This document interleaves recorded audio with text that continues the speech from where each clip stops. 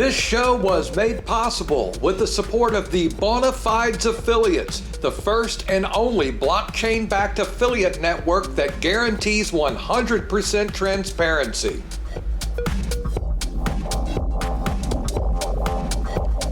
Hello friends, here we are again. But this video is being released on one of my favorite days, Friday the 13th.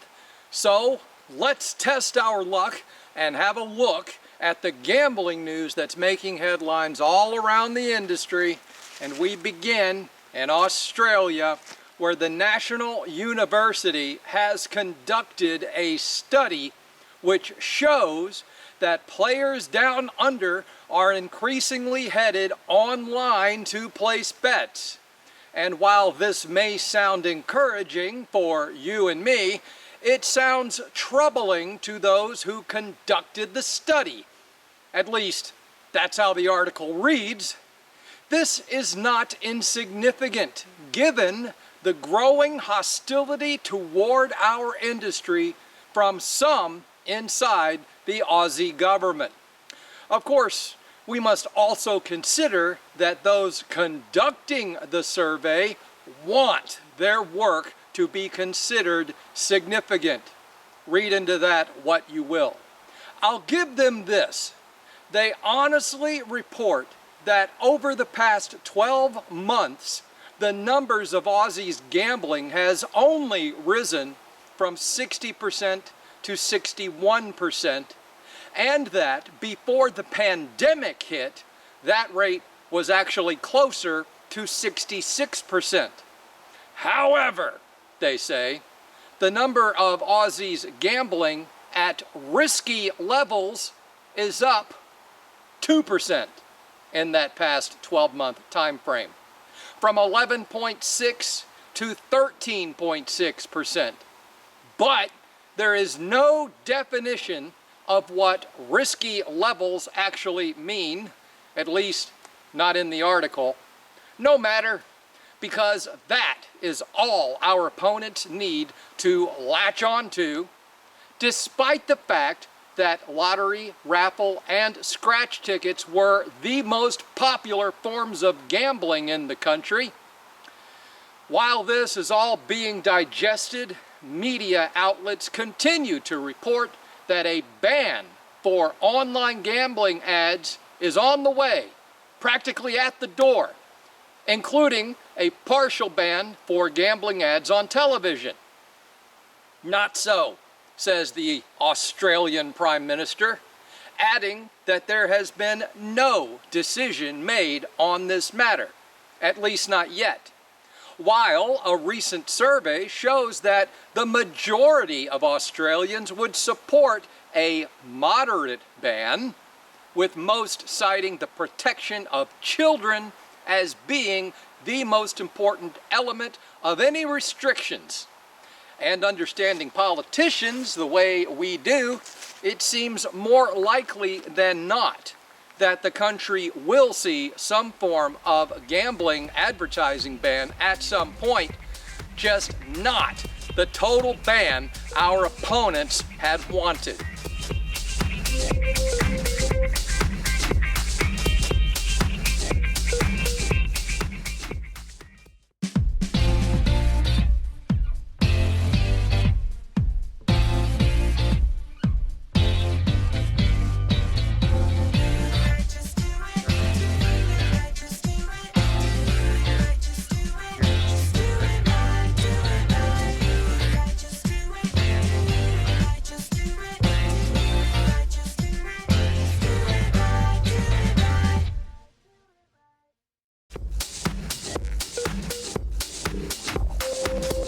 Welcome back. The leaves on the trees are starting to change, and as we roll into the second half of our program, I wanted to remind everyone that the SBC Summit in Lisbon is just a couple of weeks away. Affiliate program members of APCW who would like to set up a meeting or a video interview at the event should contact me or Nicole Sims as soon as possible to arrange a time, and you better hurry.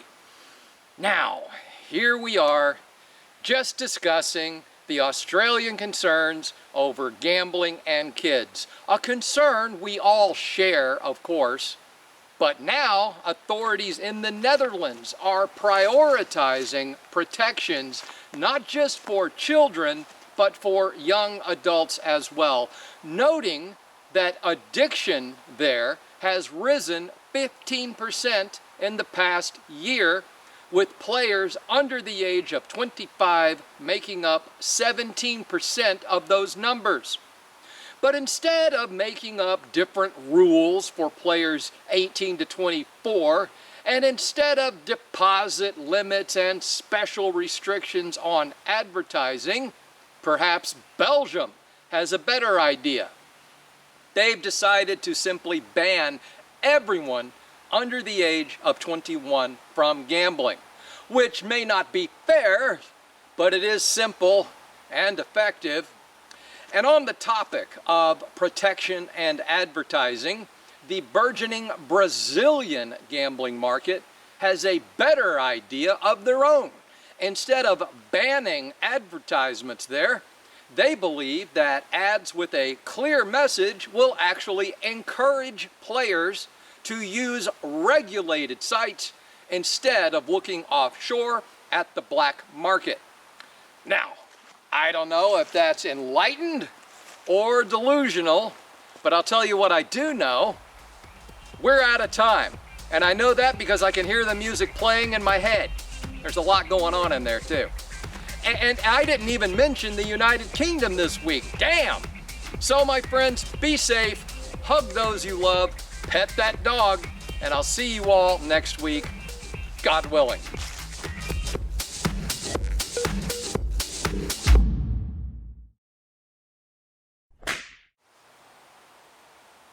Oh hey, I did have a blooper or two this week, but they weren't that funny. It's just, me messing things up, which you're all used to by this point.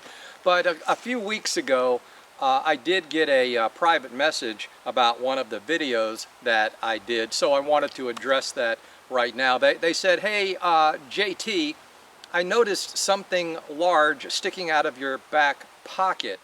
And first of all, I'm thankful that it wasn't just my butt that was, big back there, but they were actually referring to what I carry when I'm out here filming in the woods. This, my friends, is bear repellent. Yeah, I know. You're thinking, bear repellent. Why carry bear repellent? Well, first of all, I do live in the Mount Baker Wilderness. This is forest. This is heavy, heavy woods, and we do have bears. Not many, but a few. We have a lot of cougar. We have some rather large bobcats, coyote, and of course we have the random roaming stray feral dog. So I always carry that when I'm out in the woods filming by myself. Yeah, hopefully I never need it, but if I do, it's right here on my ass.